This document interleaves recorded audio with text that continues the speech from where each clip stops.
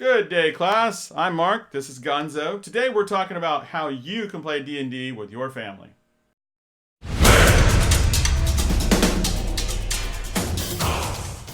All right, Gonzo. In our last video, we talked about all the benefits of playing with your family. How do people get started playing with their family? Yeah, well, that's a good question, and the link for that video is right up above my head somewhere, or maybe above Mark's head. But yeah, how do you get started? You're ready to go. Mm-hmm. You know all the benefits to it. You've read the player's handbook. Absolutely. You've watched all the dungeon class videos. Cover to cover. You're excited and you want to play. I can't wait. And there's a little bit of fear that you have to overcome, and that's introducing the game to your family. So whether you're the dad or the mom or the 10-year-old that's watched our video, I mean, whoever you are, I think the first step is not be afraid to introduce the game. Absolutely. And just tell them, this is what I'd like to do. I'd like to play a family game together, and I want, it's going to be Dungeons and Dragons, and we'll learn it as we go. And that's, to me, that's how I would start the process. Because then the questions come, and then you can, reciprocate the answer. So, all right, sounds good. So what do they do next? So they've introduced it, and okay, we're going to sit down and play, and we got their, all right, now what? Now comes my favorite part, and that is session 0. And we've done videos. The link will be above my head maybe this time, or that head. We've done videos on session 0 before, but this is a little different because you're now doing a session 0 with your family, and we're thinking that this is probably a group of people that haven't played before. Right. So you may be the only one that has any experience at all. So your session 0 would be very different than sitting at a gaming table with a bunch of people that are ready for the next campaign or something like that. Yeah. Some of the things you would want to do is first think about who's playing in the game. Mm-hmm. So do you have grandma and a 10-year-old and a teenager? Do you have all younger kids? Right. Do you have all older teenagers? And then tailor your game to fit who's playing.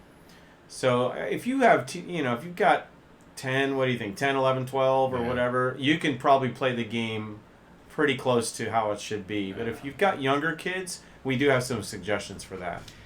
Yeah, so you want to probably back it down. You think about content. If you got younger kiddies, do you really want to get into graphic things and like eviscerating your opponents and things, and and maybe and the teenagers would really dig that part. So that's a consideration. The other is simplifying combat. Maybe combat you don't really want to go at all the crunchy stuff. You just want to worry about good to hit or not. And just make it real simple. Yeah, if you're playing with young kids, combat can be as easy as just roll a d20 and the dungeon master comes up with a number they have to beat. Yeah. 10 and up, you made it, or 11 and up, and you what did you do? You did it. You hit them. You tripped them. Whatever you did, and let them come up with the great. So so that definitely helps, is tailoring it. If you have younger kids, tailoring the rules to fit the group. I think it'd be really cool. Session 0 we talk about, one of the things is like, what do you guys want to play? Boy, how cool would that be with family? Like you kind of know that Billy really likes Power Rangers. Maybe you twist things around where it's Power Ranger-ish, or Ninja Turtles, or whatever they're into. You could start, I'm thinking about maybe doing this, and maybe pirates, and like, pirates. So I think you'd have a lot of fun with getting them engaged. And that also is selling it as well. That like, wait, I can play a game where there's pirates? And a lot of times if they do have a preconceived notion about D&D, they think of it a little differently of what it can and can't have. And session 0, you can tailor things to anybody's desires and what they like. Yeah, exactly. And I think also too that one of the best things about playing as a family is that you're controlling the environment of where you're playing. Yeah. Which is key, because especially if you have younger kids, you're playing in your home more likely than not, and they're already relaxed. They're already used to their surroundings. Right. There's not going to be any distractions that you don't allow. So I think that helps just set the stage right away. And then if you're playing with younger kids, you start a session with just a little bit of backdrop music. Yeah, that's true. They'll be into it like great. Like Baby Shark. Yeah, whatever it is. But yeah, you put a little bit of background music, they'll believe they're in this giant movie that you're telling together, or a story. I mean, they'll buy right into it. So you should just jump right in like a 9-hour game, right? With No, that's definitely one other thing you probably want to do. And we're catering this to younger kids, because any other group that you'd be starting a session 0 with, you could we'll use our session 0 video and use those tips above his head. But for younger kids, you want to keep the game shorter, and you want to have a lot of food involved. So you want because their attention span's a little bit smaller, even smaller than yours or mine. Yeah. And they are you may be 45 minutes. So it's a really quick. Really quick deal where they have to go rescue the princess. She's on the top of the hill. There's 3 bugbears surrounding her, and what are you going to do? And once they do that and get the reward, and the game's over. I think you were saying it won't take long before they're asking you to play again once you've done one. Yeah, wouldn't that be cool? They're like asking you, like, can we do that thing where we played and we get together as a family and we all played a game together? Sure, yeah, we could do that. I think the idea of keeping it small too and short in length. Let's say you did bring grandma in on this, and some other people that are in family that are playing. You can kind of quickly figure out that grandma really wasn't into it. Yeah, so that's okay. That's so next time you play, maybe grandma's not playing. Yeah. So you can kind of learn and tailor it. In a 45-minute or an hour session, you can kind of start to say, okay, this is what we need to do different. Maybe we need to not have grandma in this necessarily, or play. Grandma she doesn't like the pirates. She likes werewolves. So so that may be something. She likes later. All the blood and guts and all that. So yeah, she's probably into that. Into there. Which that may be. That's okay. And I was thinking too that the opportunity to tailor the game. You already do that when you play with a group of experienced players. Yeah. So this isn't any different. You're going to see what they like, and then just tailor the next game to be more like what they like. So it's pretty amazing. So what about scheduling time? I know that's one of the things that's really hard getting a group together. So. That's hard for any group to get together. It's just making it a priority. And since we're talking about families, this is obviously a great opportunity for a family game night. Yeah. And whether you make it the same night of the week every week, so it's definitely on a schedule on your calendar, or if it's just a night, every week or 2 weeks or whatever works for you. But definitely making it a priority and remembering the purpose. Right. Of why you're playing.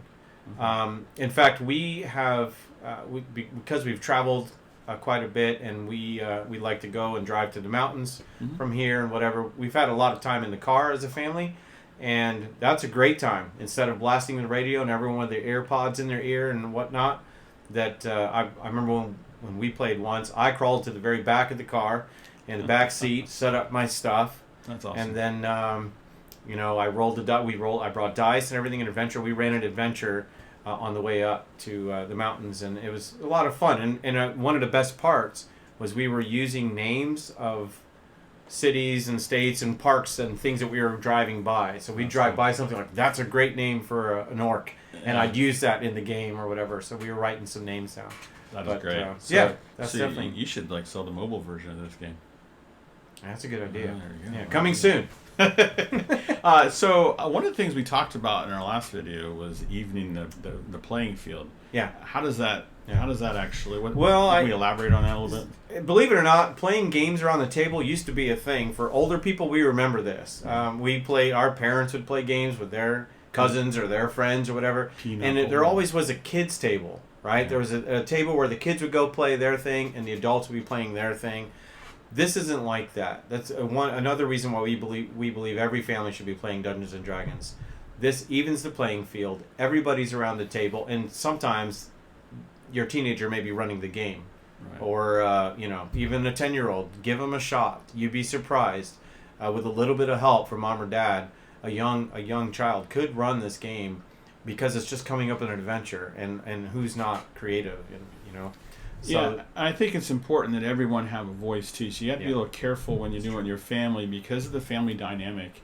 Usually the kids are kind of used to listening to what mom and dad have to say. Mm-hmm. And if mom and dad is playing, you need to understand, like, if they're not, unless they're the DM, then they're even playing. Everyone has a voice, equal voice. But what can happen if you're not careful is the kids can kind of look to the parents and say, "What do we do?" Because they're used to doing that. And that's daily life. But if I were the parents, I wouldn't say encourage them like, "Well, what do you think we should do?" Right. Just keep putting it back on them, and because in reality that shouldn't happen. And the other thing is, parents try not to overtake everything. Say, oh, this is what we all need to do. And because I know you're used to doing that in real life, but in this fantasy world, you're all in the same playing field. Everyone should have a voice. Mm-hmm. So don't try not to do that. Try to have everyone come up to consensus what we're going to do, and not dominate. And that's an easy trap to fall into, but it's really important to ferret out what the kids all want to do in the game as well. And I think that's super important. That's true. That's awesome.